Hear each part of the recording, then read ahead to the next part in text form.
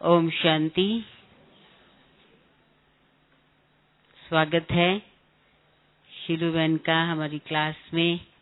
आज का विषय है निराकारी, निर्विकारी, आगे निरंकारी स्थिति मतलब कैसे बनाए। ठीक है, बाबा ने अंत में यही महावाक्य उच्चारण किए थे, पता है ना सभी को।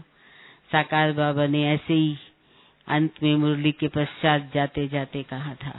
तो वो स्थिति बाबा ने कैसे बनाई अपनी और हम कैसे बनाए ना, तो आज के विषय में हम ये सुनेंगे। ओम शांति।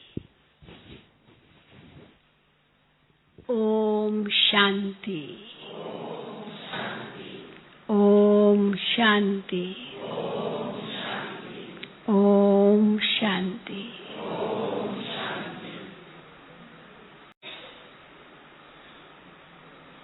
बाबा के ज्ञान में कितनी बातें हैं जो बाबा तीन कहते हैं, वो भी एक लिस्ट निकल सकती है।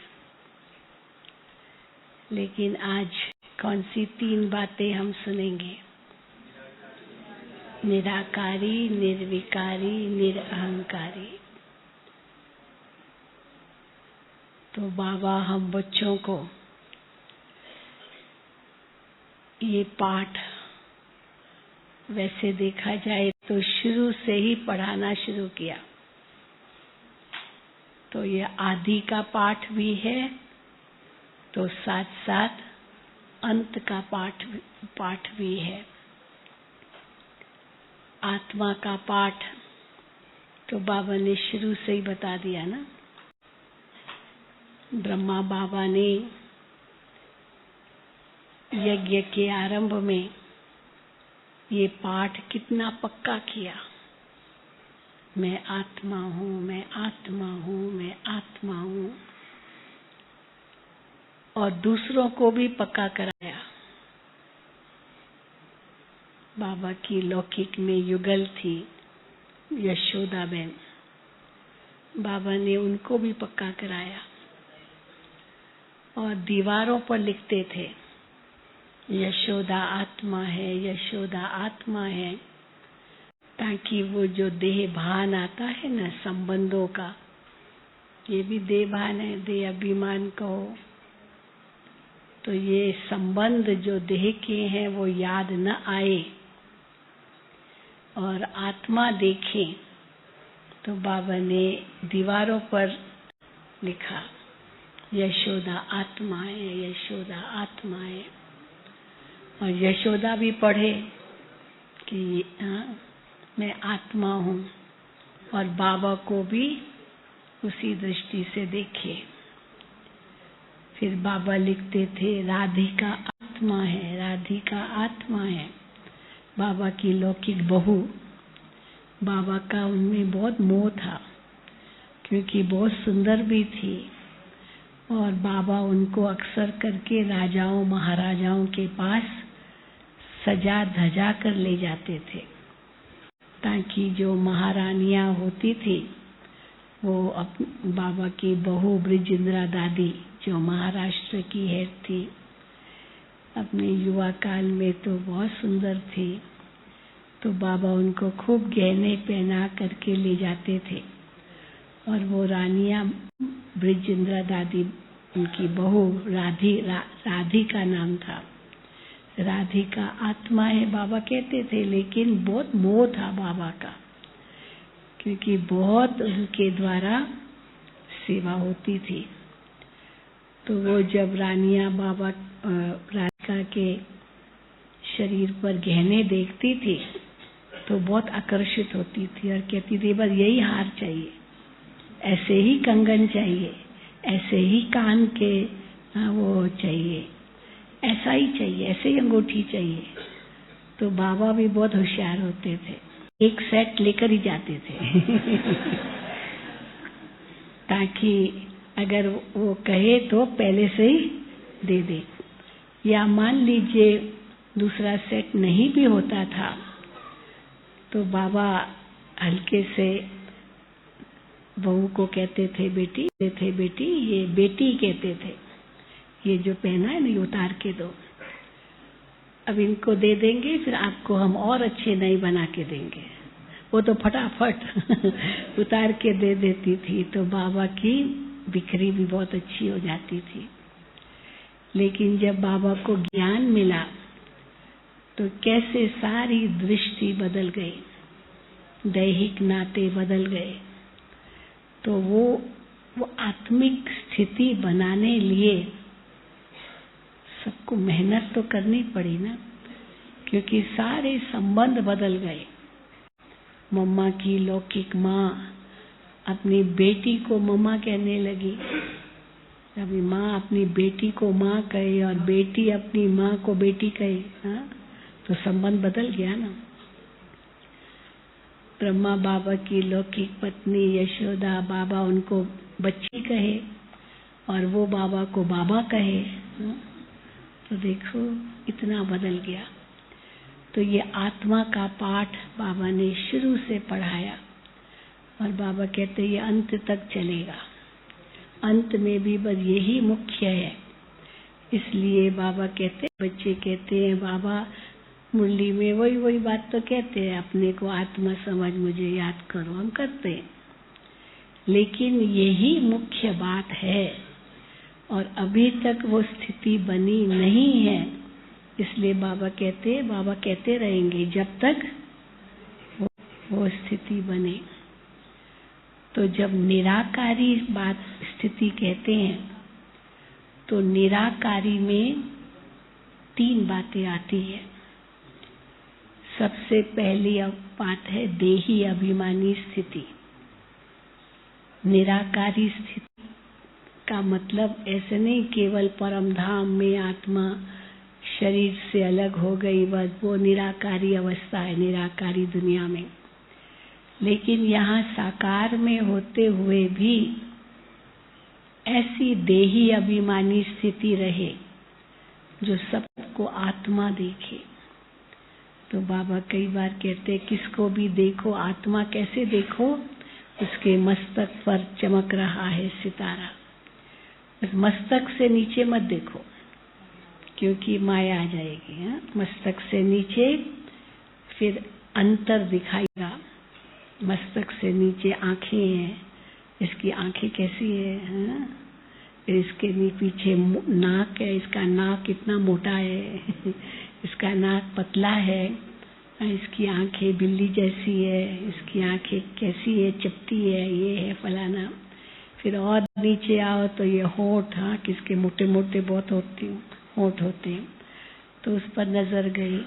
फिर और नीचे आओ तो सतो से रजो, रजो से तमो, ये स्थिति बनती जाती है। तो बाबा कहते कहीं भी नहीं देखो, कहाँ देखो सबको, आत्मा को भ्रकुटी पर देखो। ये सबका समान है, हाँ? ये समतल है ना, फ्लैट है। यहाँ पर कोई कई बार यहाँ किसी का वो कुछ निकल आता है जैसे बॉयल, तो कहते इनकी आत्मा निकल आई है ऐसे। तो बाबा कहते हैं तो बस आत्मा रूप में देखो। रोज सवेरे उठते हैं, नहा धो के माताएं तिलक लगाती है, तो सबसे पहले तिलक जब लगाते हैं तो देखते हैं मैं आत्मा हूँ, ये तिलक ये अकाल तख्त है मेरा। तो अगर ये हमारा भान होगा तो ये देही अभिमानी स्थिति है, क्योंकि 3 स्थितियां हैं। एक देही अभिमानी स्थिति, दूसरी अव्यक्त स्थिति, जिसको अव्यक्त से पहले विदेह स्थिति, अव्यक्त तो निराकारी स्थिति से आगे पहले आएगी। तो पहले देही अभिमानी स्थिति, फिर विदेही स्थिति, फिर उसके बाद अव्यक्त स्थिति, फिर बीज रूप जिसको निराकारी स्थिति कहेंगे। तो पहले देही अभिमानी, तो देही अभिमानी स्थिति माना चलते फिरते, खाते पीते, उठते बैठते, ये देही अभिमानी स्थिति बनानी है। क्योंकि मैं आत्मा, बाबा कहते हैं, शरीर द्वारा कर्म कर रही हूँ। मैं आत्मा कर रही हूँ या और फिर और ऊंचा करवा रही हूँ। मैं ये इंद्रियां कर रही है और मैं करवा रही हूँ। मैं आत्मा, या तो मैं आत्मा निमित्त हूँ और इस शरीर की इंद्रियों द्वारा कर रही हूँ। तो मानो ये देही अभिमानी स्थिति चलते फिरते हमें बनानी है, क्योंकि ये बहुत काम आएगी, अंत में बताएंगे। और जैसे ये स्थिति बनती है, दूसरों को हम आत्मा रूप में देखते हैं, तो ये उसके बाद जो दूसरी स्थिति बनती है निराकारी स्थिति में ही, वो है विदेह स्थिति। बाबा विदेही विदेही कहते हैं मुरलियों में। तो विदेही स्थिति माना, जिस प्रकार जनक राजा का मिसाल दिया जाता है। जनक राजा महल में रहता था, लेकिन महल में रहते हुए भी उसको मोह नहीं था, उस महल का कोई आकर्षण नहीं था। तो उस महल का आकर्षण क्यों नहीं था? क्योंकि उसने अपने आप को नष्टो मोहा बना दिया। तो नष्टो मोहा, मेरा कुछ नहीं है, मैं तो केवल निमित्त हूँ, मेरा कुछ नहीं है।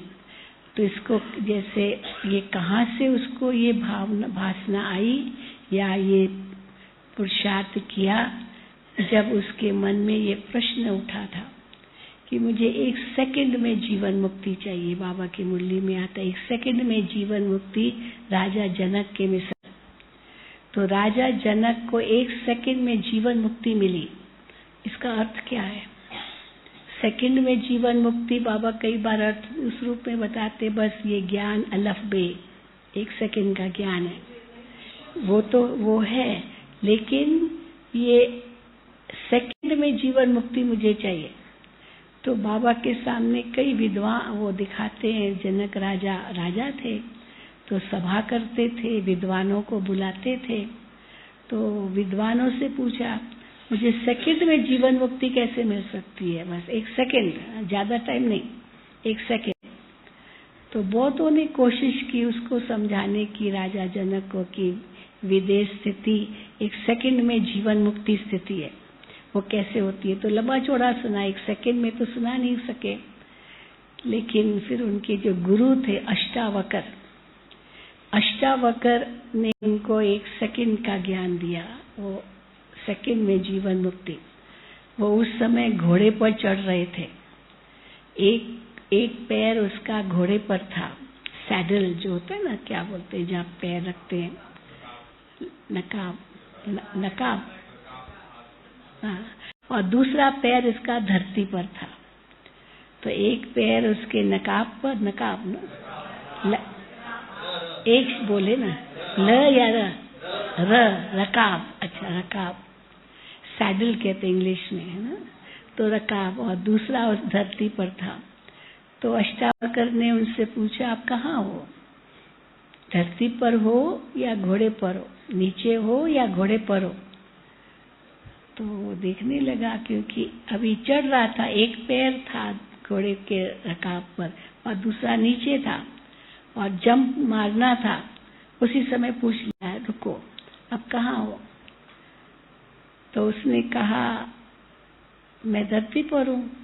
तो कहा कि एक पैर तो आपका उस रकाब पर है, तो कहाँ हो? तो धरती या रकाब कहाँ, क्योंकि दोनों में से एक जगह ही होना चाहिए ना। तो उसने कहा, दोनों पर हूँ।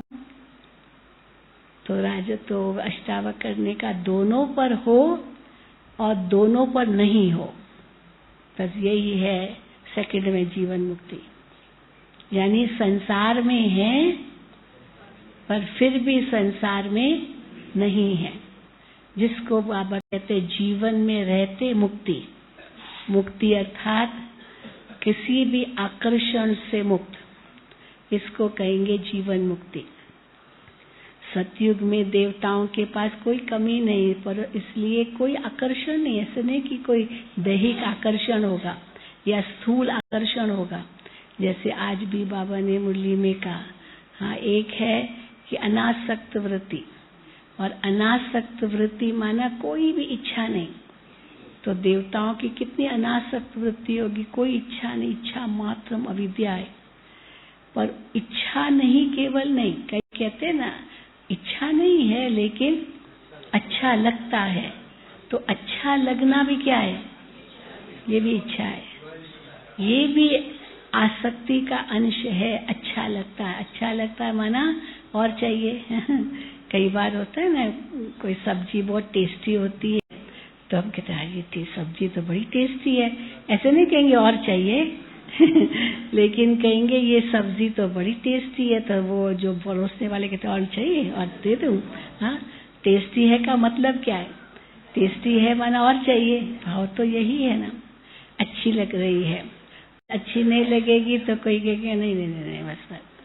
और कई फिर ऐसे हैं बाहर से कहेंगे नहीं ठीक है, क्योंकि समझते में जो अनासक्त रहना है, बहुत इच्छा नहीं रखनी है, जीभ के टेस्ट के पीछे नहीं जाना है, तो नहीं भी करेंगे, लेकिन ऐसे नहीं यार ऐसे वो थाली पर नहीं करेंगे, ताकि थाली में तो डाल सके ना, वो दूर से करेंगे।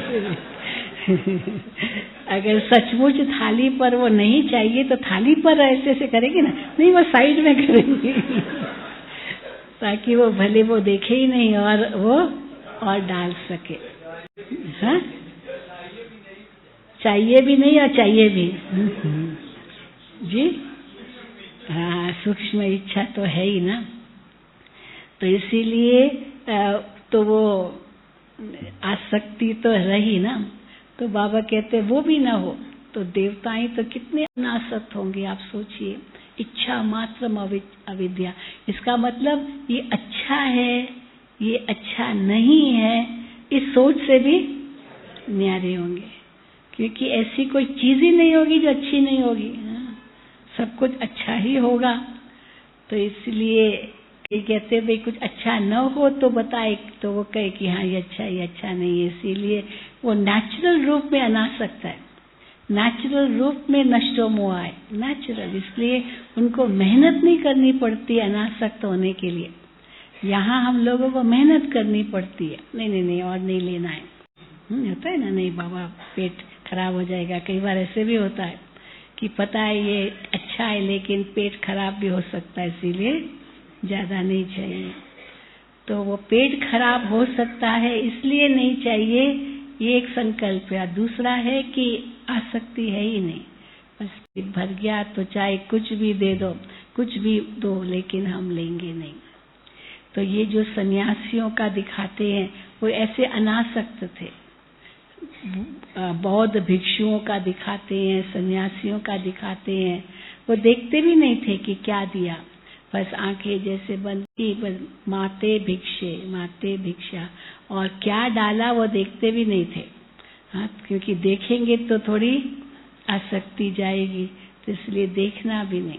तो अनासक्त वृत्ति, तो ये भिक्षुओं का, बौद्धि भिक्षुओं का, जैनियों का भी आप ऐसे देखते होंगे। तो सन्यासियों का भी तो ऐसे ही था, ये सब उसी रूप से हैं। तो बाबा कहते हैं ये विदेश स्थिति है। विदेश स्थिति माना ऐसी अनासक्त स्थिति जो सब कुछ देखते हुए भी चाहिए तो नहीं, लेकिन ये मेरा है, ये भी सोच से परे। इसलिए कहते राजा जनक अनासक्त था, विदेह था, तो मेरा कुछ भी नहीं है इस महल में और इस जैसे नहीं है। तो मिसाल देते हैं कि राजा जनक का जो गुरु था वो अष्टावक्र था ना। तो अष्टावक्र ने एक दिन एक सपना राजा जनक ने एक सपना देखा। उस सपने में उसने क्या देखा कि कोई दूसरा राजा उस पर चढ़ाई कर रहा है, किया, और चढ़ाई करके राजा जनक का राज्य जीत लिया, छीन लिया।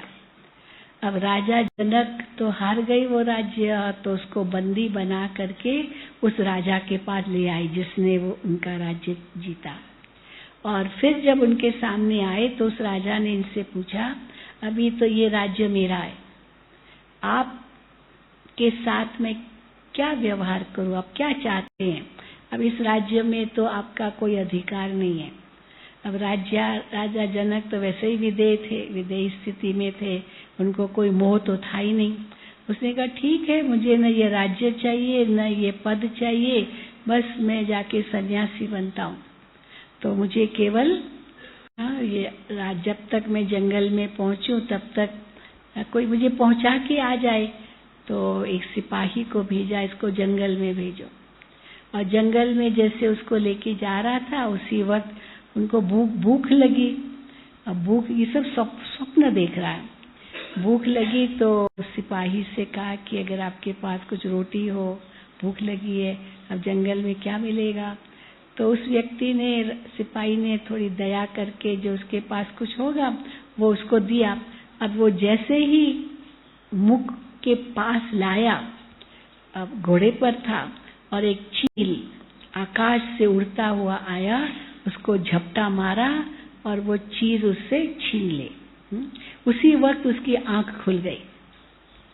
और आंख खुल गई तो देखता है न चील है, न उसको भूख लगी है, न वो जंगल जा रहा है, न वो घोड़े पर है, वो न उसका राज्य गया है, कुछ भी नहीं गया है। वो तो अपने महल में सोया हुआ है, बहुत सुंदर आलीशान अपने बिस्तर पर। तो चारों ओर देखता है, कहता है अब सत्य क्या है? ये जो मैं देख रहा हूँ ये सत्य है, या वो जो स्वप्न देखा वो सत्य है? सत्य क्या है? तब फिर अष्टावक्र को बुलाया। अष्टावक्र ने बहुत सुंदर बात कही, राजन, ये जो आप महल देख रहे हो ना, ये भी सत्य नहीं है। क्यों सत्य नहीं है? क्योंकि सत्य की परिभाषा क्या है? जो चीज स्थायी हो, जो चीज एक रस हो, जो चीज अविनाशी हो, जो अपरिवर्तनशील हो, वो सत्य है। और इसके विपरीत जो चीज बदलती रहती है, बदलती है, जो चीज विनाशी है, जो चीज परिवर्तनशील है, जो आजकल नहीं रहेगी, वो सब असत्य है। तो राजन, ये जो आप देख रहे सब असत्य है, क्योंकि यही मानते ना ये जगत जो है वो मिथ्या है, ब्रह्म सत्य है। तो जगत मिथ्या क्यों मानते? क्योंकि ये जगत परिवर्तनशील है। आज ये मकान है, 50 साल के बाद तो पता नहीं कितना खंडर हो जाएगा, या 100 साल के बाद जब देखो खंडर मकान देखते, पर वो अपने समय पर तो कितने मजबूत होंगे, अभी वो खंडर हो गए हैं। तो ये सब असत्य है क्योंकि परिवर्तनशील है। तो राजन, ये सब असत्य है। और वो जो स्वप्न आपने देखा वो भी सत्य है, क्योंकि खत्म हो गया। हाँ, ये स्वप्नमय संसार कह दिया, वो जैसे स्वप्न देखा स्वप्न गया। या एक बुद्ध-बुदा कहते हैं, बस बुद्ध-बुदा निकला और बुद्ध-बुदा नष्ट हो गया। तो ये स्वप्नमय संसार है। तो कहा कि अगर ये भी स्वप्न है, सत्य नहीं है, और ये जो वो भी सत्य नहीं है, तो सत्य क्या है? तब जब राजा जनक को अष्टावक्र ने कहा, जिसने दोनों का अनुभव किया। अनुभव किसने किया? आत्मा ने। तो जिसने अनुभव किया वो सत्य है, और तुम वो जिसने अनुभव किया, बस अब वो अनुभव करने वाली आत्मा है। तो आत्मा का ज्ञान जैसे उनको मिला, अष्टावक्र ने उनको दिया। अब यही बाबा कहते हैं, है इस संसार में, लेकिन मेरा कुछ नहीं है। और फिर बाबा कहते ट्रस्टी होकर के रहो, ट्रस्टी बाबा का समझो। फिर हाँ है ना, गुरु नानक ने क्या कहा, तेरा तेरा तेरा तेरा हो गया तेरा। तो ये मेरा कुछ नहीं है बाबा, ये सब कुछ तेरा है। तो इस भावना से, इस धारणा से हम इस संसार में रहते हैं, उसको कहते विदेश स्थिति। राजा जनक मिसल। तो बाबा हाँ दादी जानकी के लिए कहते थे, और दादी जानकी जब देखो एक ही बात कहती है, हाथ खाली जेब खाली और मैं हूँ दुनिया का वाली।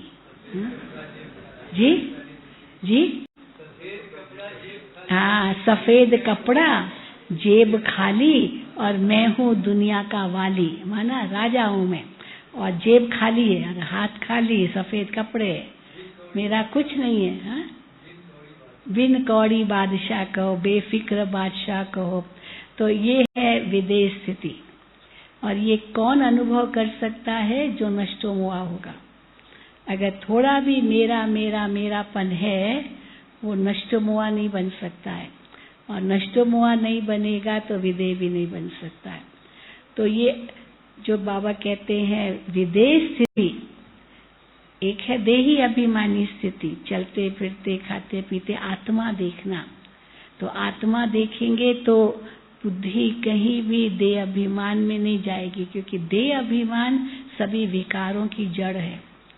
तो इसीलिए देही अभिमानी होंगे तो विकारों से दूर रहेंगे, और विदेह स्थिति रहेंगे तो कहीं भी किसी भी प्रकार का लगाव नहीं होगा, खिंचाव नहीं होगा। कभी कभी दादी कहती है झुकना, एक वो कहते ना अटकना, चटकना, अटकना, लटकना, ये सब कहीं नहीं होगा। लटकते कैसे, किसके पीछे ही पड़ते रहते, अटकते कैसे, फंस जाते हैं, और चटकते कैसे हैं, जैसे इतना चिपक कर जैसे किसी को रख दिया, और मटकते, मटकना किसको कहते हैं नखरे करते ना, ये जैसे ये मटकते हैं। तो ये सब तब है जब हम दैहिक आकर्षण में हैं। तो इसीलिए बाबा कहते हैं इनसे न्यारी बनो, ये विदेह स्थिति है, मेरा कुछ नहीं है, ट्रस्टी। ये ट्रस्टीशिप की भावना बाबा ने क्यों जगाई? क्यों बाबा कहते हैं सब मेरा समझो? बाबा आपका ले थोड़ी लेगा, रखो अपने पास, लेकिन ट्रस्टी होकर के रहो। और जब ट्रस्टी होकर के रहेंगे तो न्यारी स्थिति भी रहेगी। ये सब निराकारी स्थिति के अंतर्गत है। और विदेह स्थिति के बाद फिर कहते अशरीरी स्थिति, ये भी निराकारी स्थिति का ही एक भाग है।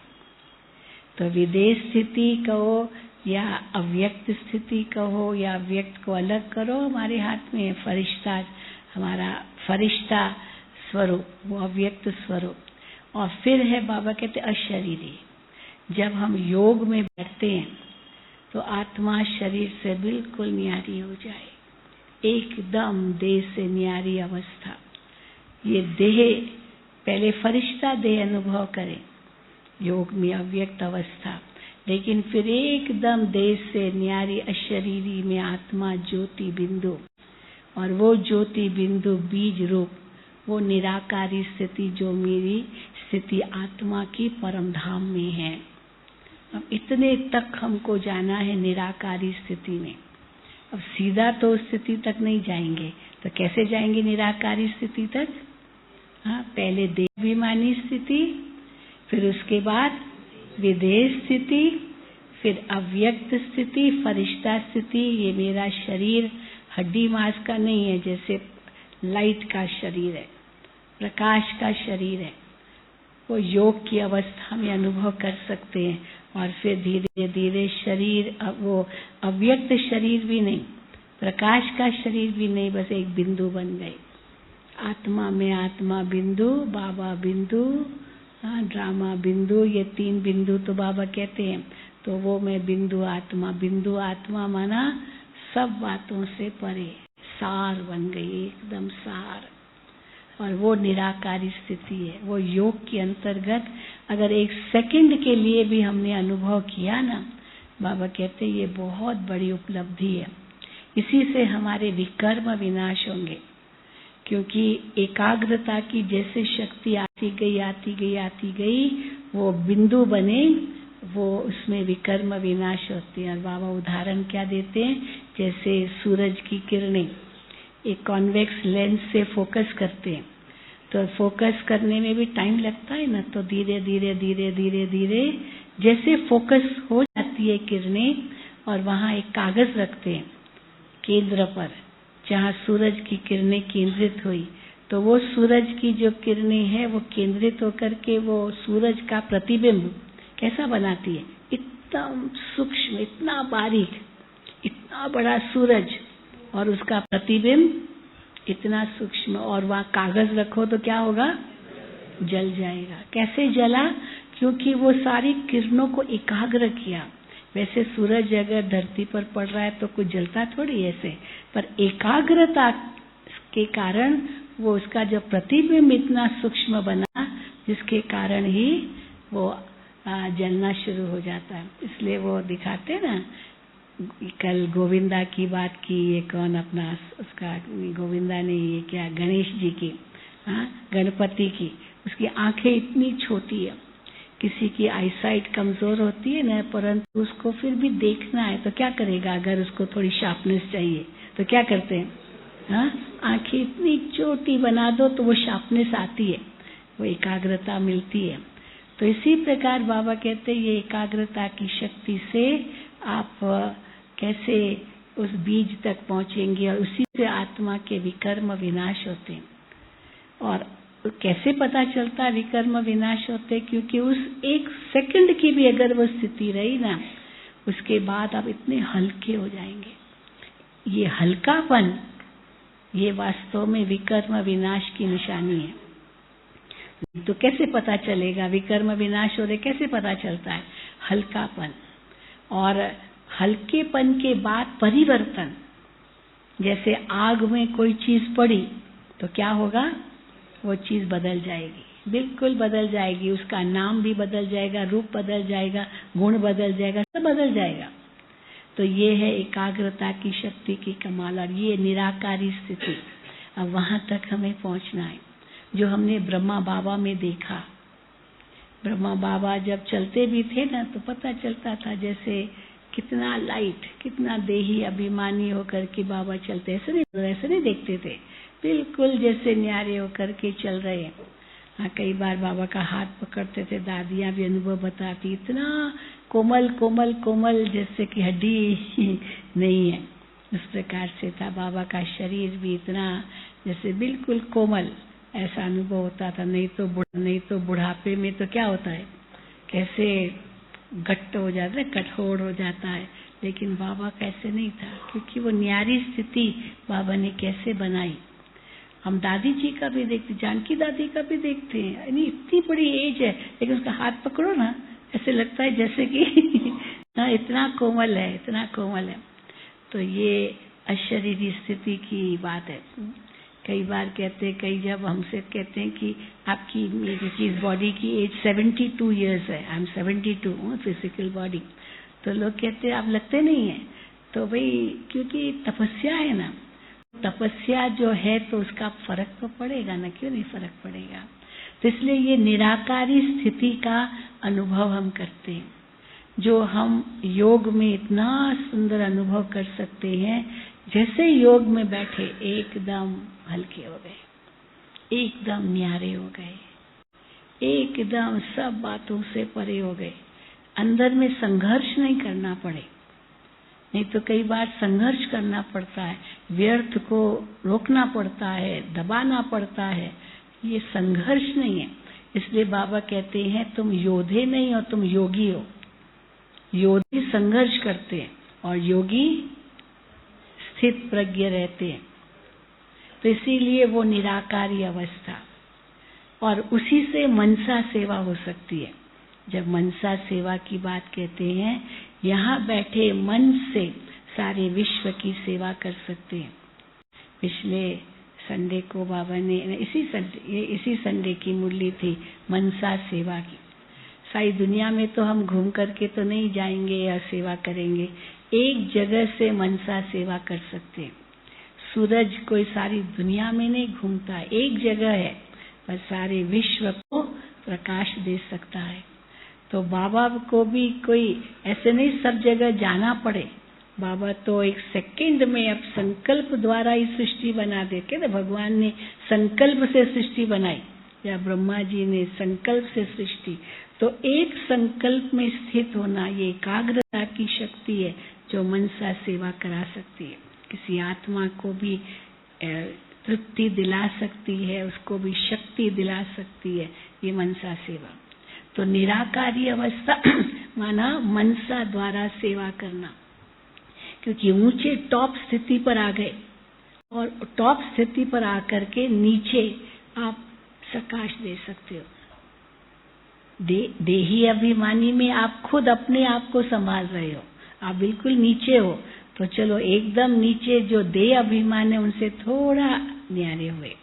लेकिन वो निराकारी अवस्था, आत्मा बीज रूप बन करके सार बन जाती है, वो अवस्था तक पहुंचना है, तब विकर्म विनाश होंगे। फिर बाबा कहते हैं दूसरी अवस्था है निर्विकारी अवस्था। तो निराकारी अवस्था है मनसा की अवस्था, निर्विकारी अवस्था है कर्मणा की अवस्था, और निरअहंकारी अवस्था है वाचा की अवस्था। तो निराकारी हम निरअहंकारी कहेंगे, फिर निर्विकारी कहेंगे तो जरा सहज होता है। निराकारी और निरअहंकारी, तो वाणी में निरअहंकारी, वाणी से पता चलता है मनुष्य के अंदर कितना अहंकार है या नहीं है। तो उसमें भी तीन बातें हैं, एक है भान, दूसरा है अभिमान और तीसरा है अहंकार। और इन तीनों से न्यारे निरअहंकार। कई बार कई पूछते हैं निर्विकारी में निरअहंकारी नहीं आ गया क्या?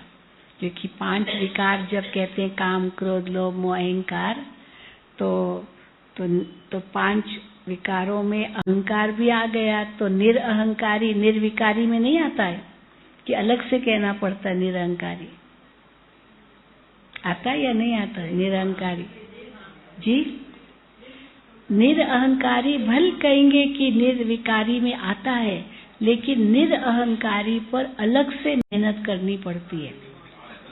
जी हाँ जी,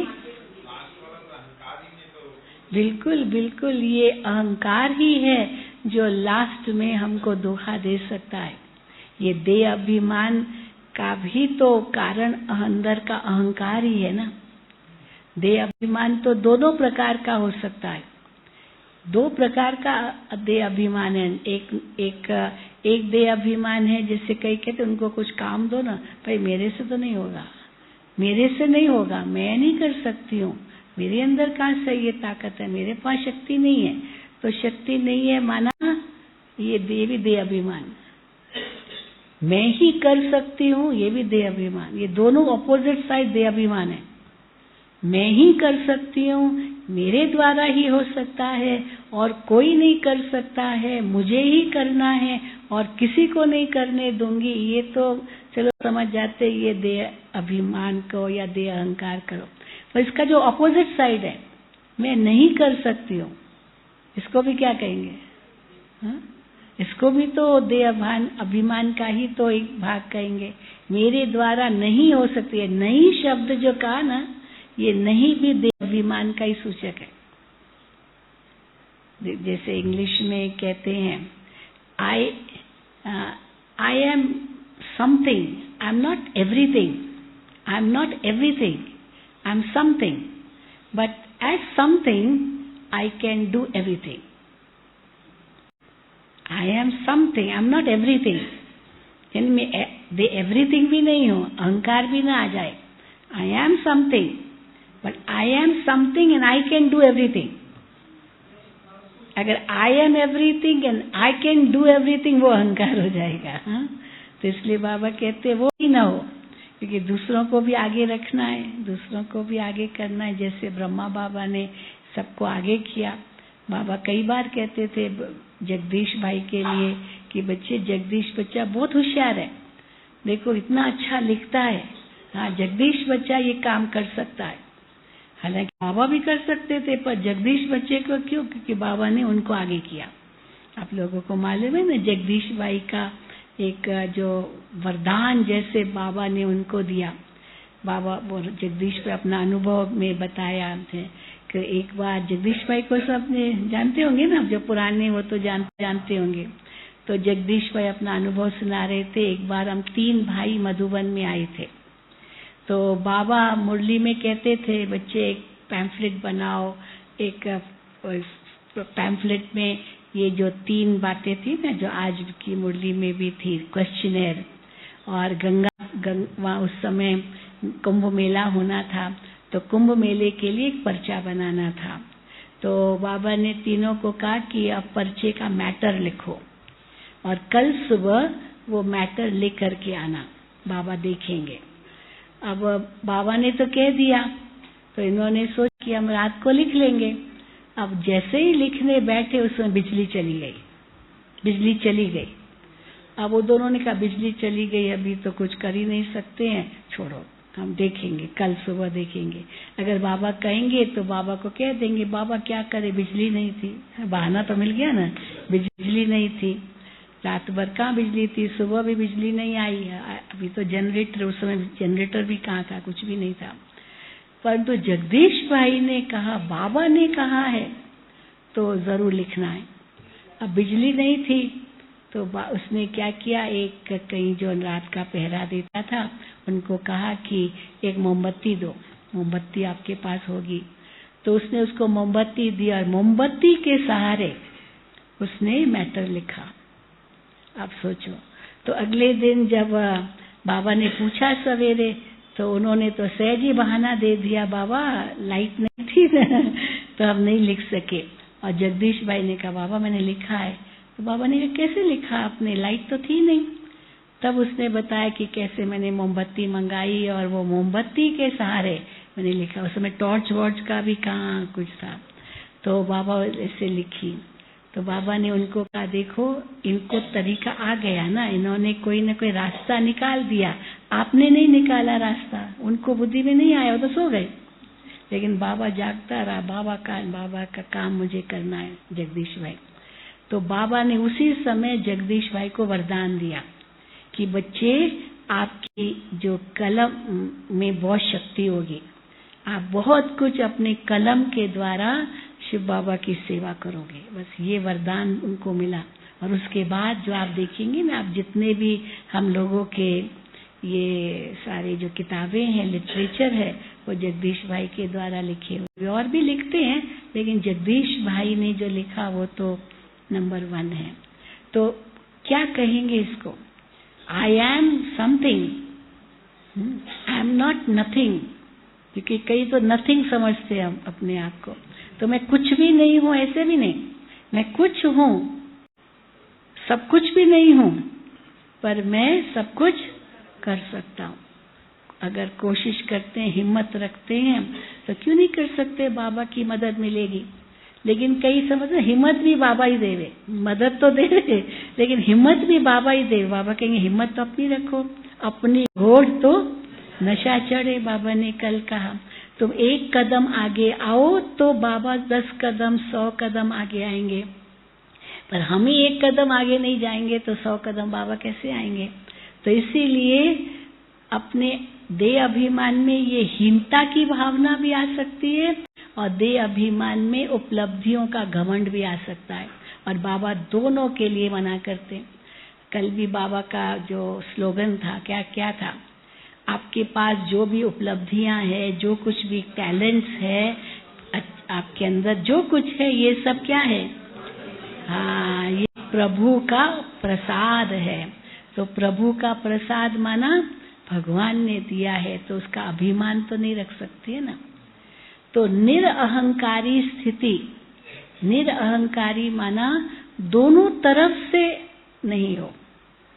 एक जो नेगेटिव की स्थिति जिसको हम कहते हैं, एक नकारात्मक स्थिति कहो या एक हीनता की भावना, वो भी ना हो, और इतना पॉजिटिव जो मैं ही कर सकता हूँ ये भी ना हो।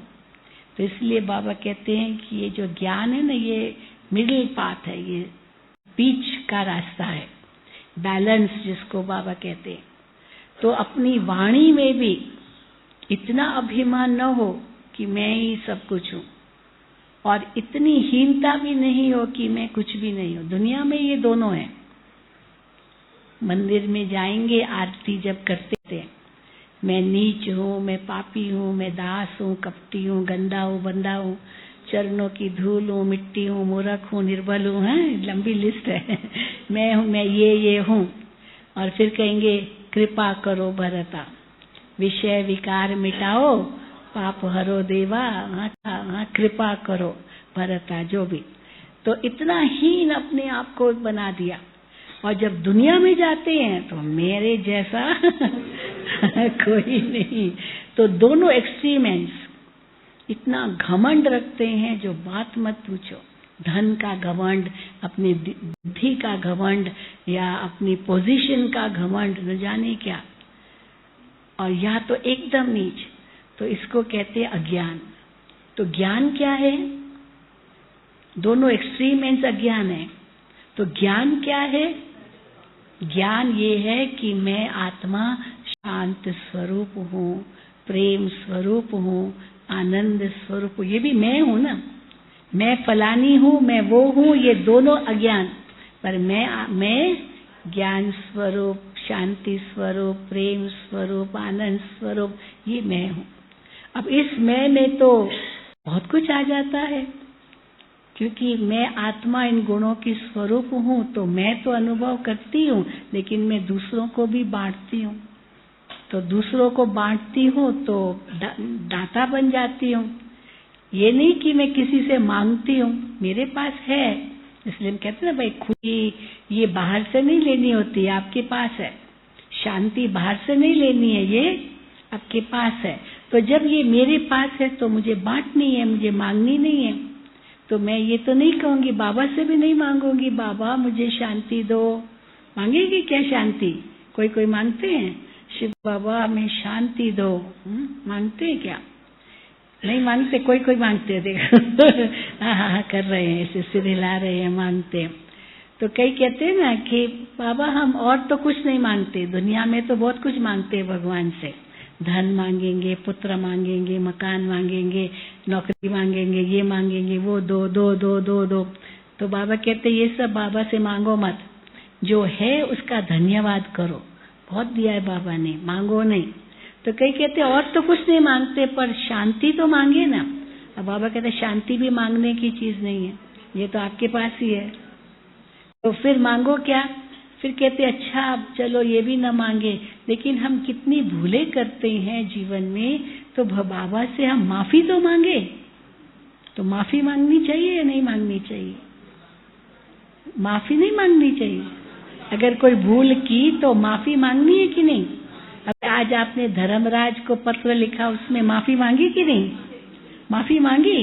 जिन्होंने सचमुच माफी मांगी हाथ उठाओ, देखो कितनों ने माफी मांगी। अब बाबा के बच्चे और माफी मांगे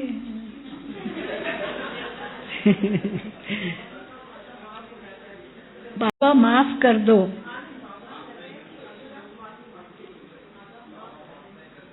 देखो बाबा कहते हैं ये भी भिखारीपना है माफी मांगना भी भिखारीपना नहीं है। अब बाबा तो कहते भिखारी नहीं हो तुम, तो अधिकारी हो। तो फिर क्या करें? कई कहते पर भूल हुई है तो बाबा माफी कैसे नहीं मांगेंगे? तो बाबा कहते सच बताओ। देखो एक है सच बताना, बाबा ये मेरे से भूल हुई, बाबा ये मैंने भूल की। लेकिन इसके आगे का वाक्य ये नहीं है बाबा मेरे ये भूल हुई इसलिए मुझे माफ करो। बाबा को बता दिया, जैसे बाबा के पास पहुंच गया, और उसके बाद आप अंदर में संकल्प करो, दृढ़ता लाओ, प्रतिज्ञा करो। प्रतिज्ञा, दैट इज इम्पोर्टेंट, क्योंकि प्रतिज्ञा की बाबा ये मैं भूल फिर आगे कभी नहीं करूंगी या करूंगा, तब शक्ति आएगी। अब माफ करो, वो तो आपका बच्चा भी कहेगा mummy sorry, mummy sorry, mummy sorry कहता होगा ना। हाँ कोई कुछ किया, मम्मी सॉरी, तो आप कहेंगे सॉरी सॉरी, कब तक मैं आपका सुनती रहूंगी? बदलो भी तो अपने आप को, परिवर्तन भी तो लाओ ना। तो बाबा भी माफ किया या नहीं किया बाबा ने माफ, ये आपको कैसे पता चलेगा? किया या नहीं? आपने कह दिया बाबा माफ करो तो हो गया माफ है? अच्छा, हल्कापन महसूस होता है माफ करो कहने से? नहीं, माफ करो कहने से हल्कापन महसूस होता है? होता है कि नहीं होता है? थोड़ा थोड़ा होता है जी। हाँ, हल्का बाबा को बता दिया, पर माफ करो कह दिया तब थोड़ा हल्का होता है नहीं? तो बाबा कहते हैं जी, क्या कहते हैं?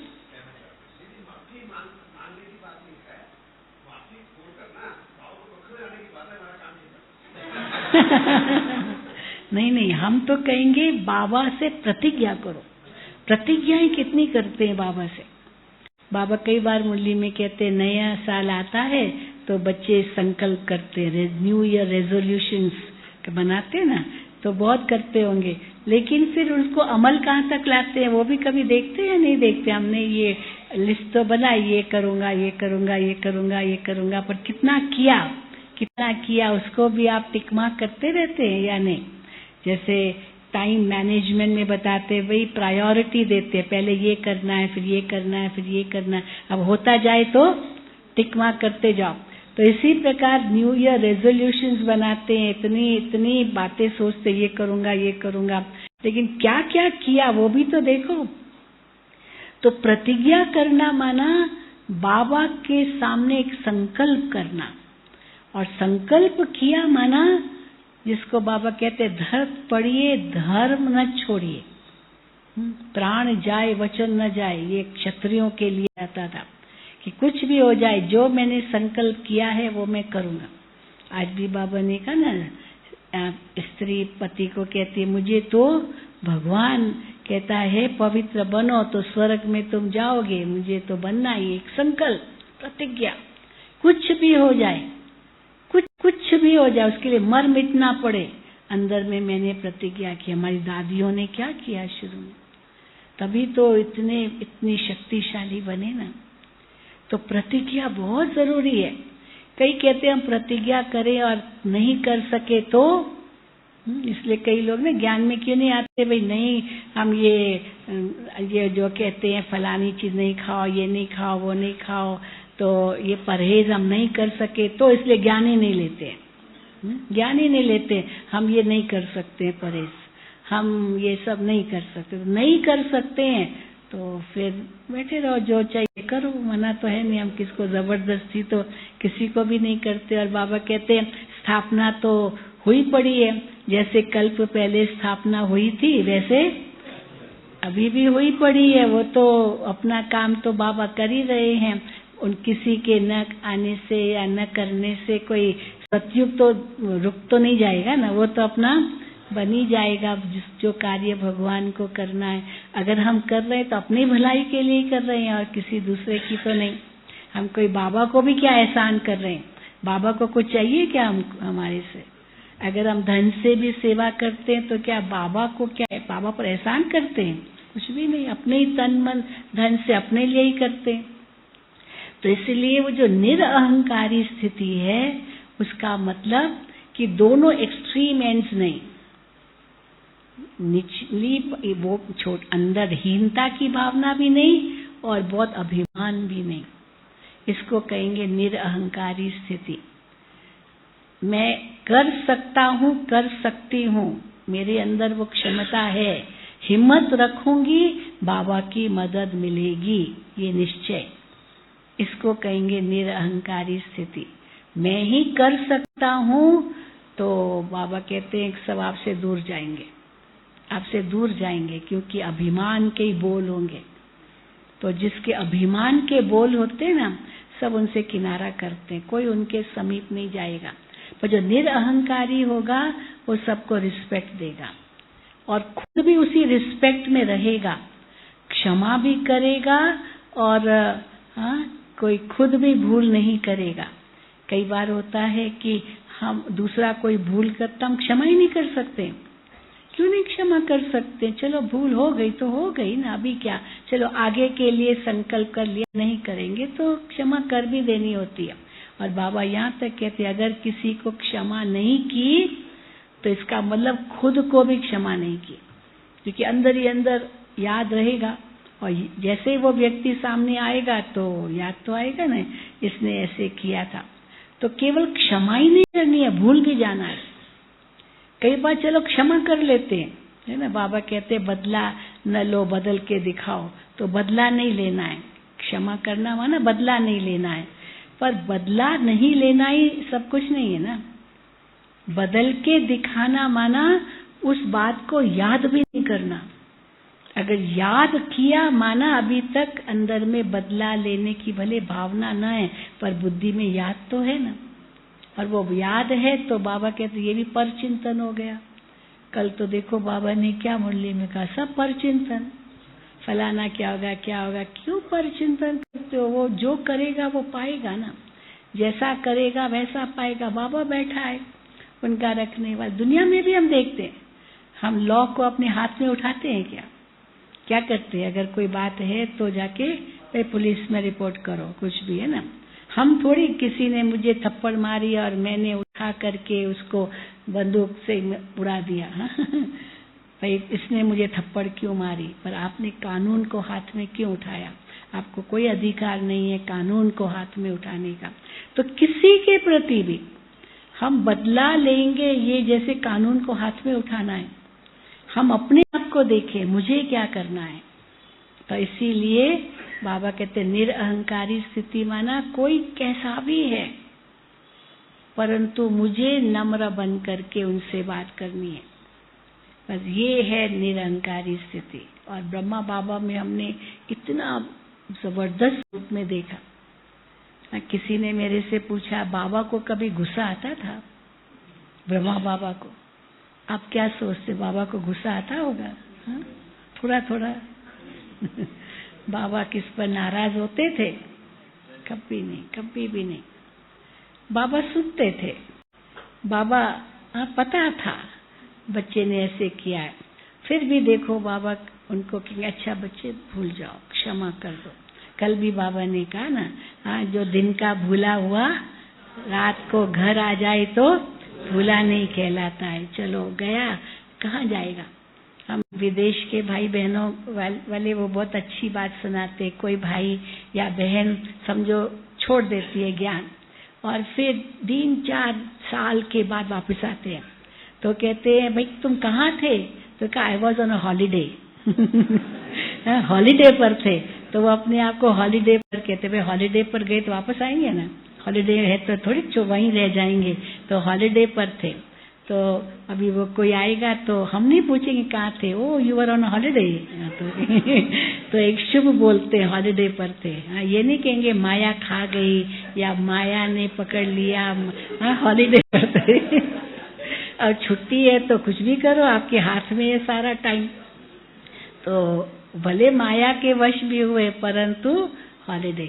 लेकिन इसलिए हम तो किसके कर्म में नहीं जाएंगे, हर एक का अपना अपना कर्म है। इसलिए मुझे क्या करना है वो मुझे देखना है। मैं ऐसा कोई कर्म न करूं, ऐसा कोई वचन न बोलूं जो मुझे ही अंदर में उसका दुख हो कि ऐसे मैंने क्यों कहा। तो इसलिए निरअहंकारी स्थिति। तो बाबा बहुत नम्र थे। किसी ने मेरे से यहाँ तक पूछा, समझो बड़ी दादी के आगे कोई ऐसी बात आती थी और किसी ने एक बहुत बड़ा कुछ गलत काम किया तो दादी जी क्या सजा देती थी? ये प्रश्न किसी ने मेरे से किया। दादी जी भी आप देखेंगे इतनी निर्माण थी। जो किसी ने दादी से, ये दूसरा प्रश्न है वो उसका जवाब देती हो, तो दूसरे ने कहा कि दादी लव और लॉ का बैलेंस तो रखना चाहिए ना, केवल लव ही लव थोड़ी रहेगा, लॉ भी तो चाहिए, बैलेंस चाहिए। तो लव और लॉ का बैलेंस हम कैसे रखें? तो दादी आपको भी लव और लॉ का बैलेंस रखना चाहिए, जैसे दादी को शिक्षा दे रहे थे।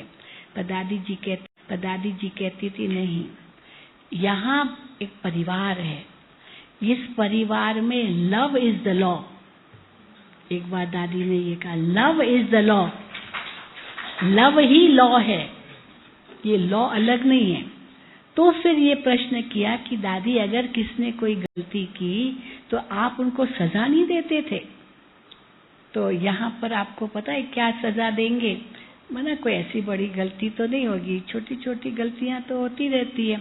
तो दादी उनको कहती थी अच्छा तुम जाओ 3 महीना अपने घर में रहो, 3 महीने के बाद आना, ये तुम्हारी सजा है।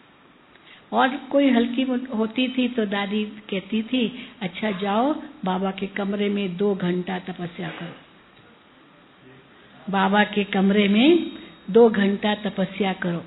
तो वो कहता था दादी मैंने अभी तक नाश्ता नहीं किया। कोई बात नहीं, नाश्ता नहीं करना, जाओ 2 घंटा बाबा के कमरे में तपस्या करो। और कई बार ऐसे आते थे लोग दादी के आगे इतना चिल्लाते थे, जोर जोर से गुस्सा करते थे। दादी को मैं देखती थी इतना शांत, इतना शांत, इतना शांत, तो मैंने जैसे नहीं देखा होगा, ऐसे दादी हो जाती थी। और जब पूरा कितना बोलेगा वो व्यक्ति, तो जब एकदम पूरा होकर लेता था तो दादी कहती थी, अच्छा आपको पानी दे? अब प्यास तो लगी होगी, इतना जोर से बोला तो मुख तो सूख जाता होगा ना गुस्से में। तो आपको, हाँ भाई फलाने, जाओ इनको पानी लेकर के आओ, पानी दो इनको। तो और जैसे ही ऐसे दादी ने कहा, बिल्कुल वो इतना शर्मिंदा हो जाता था दादी के आगे। दादी को कहता, दादी जी सॉरी, हाँ मैंने ये क्या कह दिया। दादी कहती कोई बात नहीं, कोई बात नहीं। पर दादी की स्थिति कभी नहीं ऐसे हुई कि गुस्सा आ जाए या बस शांत हो जाती थी। ये दादी की विशेषता थी। अब बाबा के आगे भी ऐसे ही था। और बाबा के आगे तो यानी इतना रिस्पेक्ट बाबा रखता था। जैसे कई बार मुरली में आता है, एक कोई बहन समझो बाबा को पत्र लिखती थी, बाबा को पत्र में सारी अपनी बढ़ाई लिखती थी। बाबा मैंने ये सेवा की, मैंने ये सेवा की, मैंने वो सेवा की, वो बड़ा चढ़ा करके भी लिखती होगी। जैसे आज बाबा ने कहा ना, वो इसने इतना अच्छा ओपिनियन लिखा, बाबा उसने ये अच्छा सुनाया, ये किया। बाबा ने कहा क्या अच्छा सुनाया, उसने ये तो बताया ही नहीं कि गीता का भगवान कौन, आदि आदि। तो बहुत बढ़ाई करती थी। तो एक बहन उसने बहुत बड़ा पत्र लिखा और सेवा समाचार। फिर वो मधुबन में आई। तो मधुबन में जब बाबा के सामने आई तो बाबा को फिर बताने लगी वही बात। अब बाबा समझ गए ये इसका अभिमान है। तो ये तो सीधा तो नहीं कहेंगे, इतना अभिमान क्यों दिखा, तुम पता है ना, तो बार बार क्यों बता रही, ऐसे नहीं कहा। बाबा ने कहा बच्ची आपने तो बहुत अच्छी सेवा की और आपने ये पत्र में लिखा था ना बच्ची। हाँ बाबा मैंने पत्र में लिखा था बाबा, ये मैंने सब लिखा था। तो उनको शांति का, बाबा जानते हैं, बस इतना ही। बाबा नोज, जानते हैं आपने क्या सेवा की, इनफ। इतना बताने की जरूरत क्या, मेरे पास टाइम नहीं है, फलाना नहीं है। कई लोग कहते हैं ना, हाँ इतना जरूरत नहीं है, हो गया ना, समझ लिया ना, बार बार क्यों कहती हो। बस बच्ची बाबा ने सुन लिया, बाबा जानते हैं बच्ची। बच्चे हर बात में, हर वाक्य के पीछे बच्चे बच्ची बच्चे बच्चे बच्चे, क्योंकि बाबा तो बेहद के पिता थे। तो बाबा कभी गुस्सा नहीं करते। तो कैसे बाबा की वाणी होगी आप सोचो। लेकिन जब बाबा मुरली चलाते थे तो वो तो बाबा, शिव बाबा उनमें थे तो बहुत ही शक्ति होती थी। हिस्ट्री हॉल में बाबा मुरली चलाते थे। तो हिस्ट्री हॉल में बाबा की जब मुरली चलती थी, मेरा भी ये सौभाग्य रहा है, मैंने यहाँ भी बाबा की मुरली सुनी, मधुबन में आई थी। और बाबा बॉम्बे में बहुत आते थे, तो बॉम्बे में भी मुरली सुनाते थे। तो हम जाते थे, पहले बाबा की मुरली सुनते थे, फिर स्कूल जाते थे। स्कूल पढ़ती थी मैं 10 साल की उम्र से, तो स्कूल फिर कॉलेज। तो बाबा तो हर साल आते थे। तो मुझे तो कैसे बाबा को तो हम अच्छी तरह से देखते थे। लेकिन जब बाबा की मुरली चलती थी और कब बाबा इतना बेहद की बातें करते थे, बच्चे ऐसे ये होगा ये होगा ये होगा, तो हम सोचते थे बाबा ये जो बातें कर रहे इतना स्ट्रांग कह रहे हैं। और बच्चे तो बैठे कितने, 15-20 बच्चे बैठे हैं मान लो, या 50 बैठे होंगे। 25 की पार्टी आई, माना मधुबन हाउसफुल। बाबा पत्र में लिखते थे बच्ची मधुबन हाउसफुल है, अभी और मत आओ, क्योंकि इतने थोड़े से तो मकान थे यहाँ। तो ये तो सब बाद में बने हैं ना, ये सब जो बाहर है पांडव भवन के तो कुछ भी नहीं था, तो सिर्फ पांडव भवन के अंदर ही था जो कुछ भी था। तो बस बाबा मधुबन माना हाउसफुल हो गया। तो इतने थोड़े भी होते थे, लेकिन बाबा की मुरली जबरदस्त चलती थी। तो फिर बाबा से पूछते थे, बाबा आपने तो क्या जबरदस्त मुरली चलाई, पर जो बैठे हुए थे वो तो 50 ही नहीं होंगे मानो। तो बाबा क्या कहते थे, जैसे आप अब आपके सामने बैठे तो हल्के रूप से बोल रहे हैं, माइक्रोफोन तो है उसमें, बाबा माइक्रोफोन भी यूज नहीं करते थे। बाबा कहते थे माइक्रोफोन पर थोड़ी पढ़ाई होती है, माइक्रोफोन पर पढ़ाई नहीं होती है। कोई बाबा की मुरली पर माइक्रोफोन नहीं है। ईशु दादी लिखती मुरली, उनकी अपनी शॉर्ट हैंड होती थी, वो उस शॉर्ट हैंड से बाबा की मुरली लिखती थी। जो आज हम मुरली पढ़ रहे हैं ना, ये उसी समय का है। तो फिर बाबा कहते थे बच्ची मैं इनको देख के थोड़ी मुरली चला रहा हूँ, इनको देख के मुरली नहीं चला रहा हूँ। तो किसको देख के मुरली चला रहे हैं, बाबा कहते थे जो भविष्य में आने वाले बच्चे हैं, बच्चे बहुत आएंगे, भविष्य में बहुत आएंगे, उन बच्चों को भी बाबा देखकर मुरली चलाते हैं। तो आप सोचो क्या बाबा की मुरली होगी। कहाँ 50 के आगे बोलना, कहाँ 1000 के आगे बोलना, कहाँ 10,000 के आगे बोलना, 1,00,000 के आगे बोलना, फर्क तो पड़ता है ना। लेकिन बाबा 50 के आगे भी इतना खड़केदार बोलते थे। और वैसे देखो बिल्कुल न्यारे प्यारे, इतने हल्के, इतना सॉफ्ट स्पोकन, जो बात वो पूछो, ये बाबा की शक्ति थी। तो उतनी ही निरअहंकारी स्थिति, उतनी ही निर्विकारी, इतना भोलापन बाबा में था जो बात मत पूछो। एक हंसी की बात आपको सुनाती हूँ। हाँ, मनोहर इंदिरा दादी थी ना हमारी, आप जानते, पुराने तो जानते, वो बाबा के साथ बहुत हंसी करती थी। बड़ी दीदी भी बाबा के साथ बहुत हंसी करती थी। बाबा से बहुत लाइट, जैसे फ्रेंडशिप के रूप से। बाबा तो बाबा थे, लेकिन एक फ्रेंडली नेचर भी थी दोनों की, हल्के थे बहुत। तो मनोहर दादी बताती थी जी।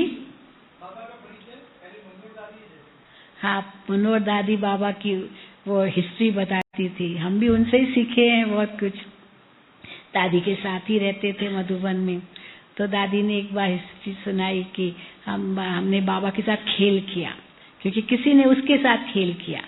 अब उस खेल में वो भी हार गई, तो इसलिए उसने सोचा मैं बाबा के साथ खेल करूं। तो उसने क्या किया, एक अठन्नी थी, 50 पैसा अठन्नी, वो कहा बाबा मैं आपके यहाँ पर रखती हूँ, और बाबा ये है ना यहाँ जोर से लगाती हूँ, और आप ऐसे ऐसे करें, ऐसे ऐसे करें। अगर आप में गुस्सा नहीं है ना तो बाबा वो गिर जाएगा, गुस्सा नहीं है, और अगर गुस्सा होगा तो नहीं गिरेगा। तो ऐसे ऐसे किया बाबा ने, तो गिर गई। अब दूसरी बार बाबा ने, फिर इसने कहा बाबा अभी एक बार और। तो बाबा, तो उसने क्या किया, खूब जोर से लगाया, लेकिन फिर निकाल दिया। अब निकाल दिया तो बाबा को तो पता ही नहीं चला कि लगा हुआ है या नहीं लगा हुआ है।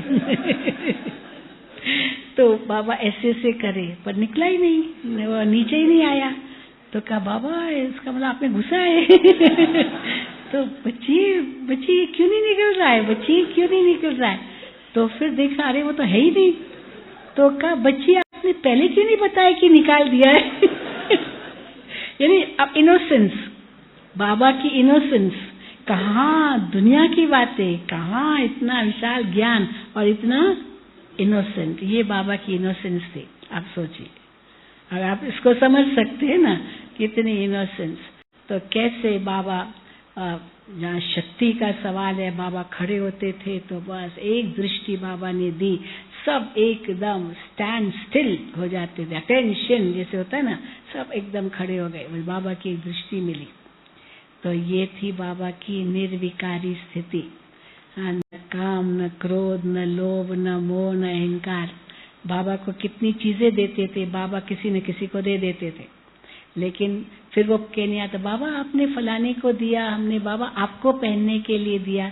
तो बाबा कहते बच्ची आपने तो बाबा को दे दिया, अभी बाबा किसको भी दे दे।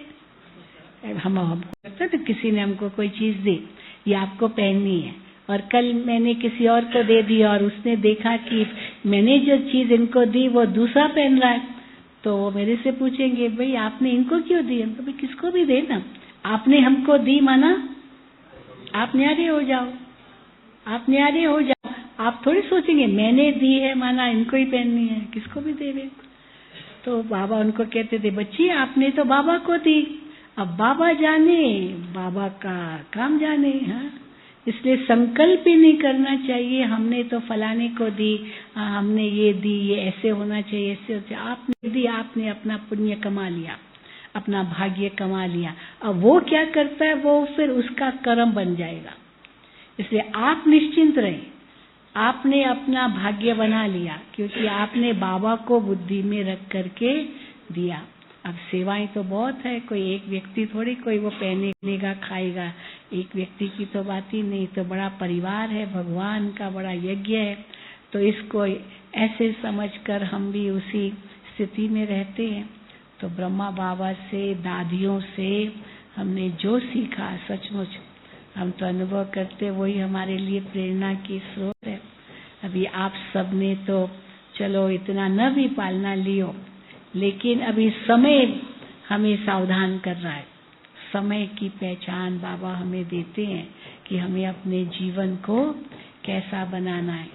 फिर भी आप बहुत भाग्यशाली हो, बाबा के बच्चे बने, बाबा को पहचाना, बाबा से योग लगा रहे हैं, बाबा से अधिकार ले रहे हैं, तो जरूर बहुत बहुत आप भाग्यशाली आत्माएं हो। सदा इस भाग्य को सिमरन करते रहना, बाबा के भी गुण गाते रहना, अपने भाग्य को भी का भी गुण गाते रहना।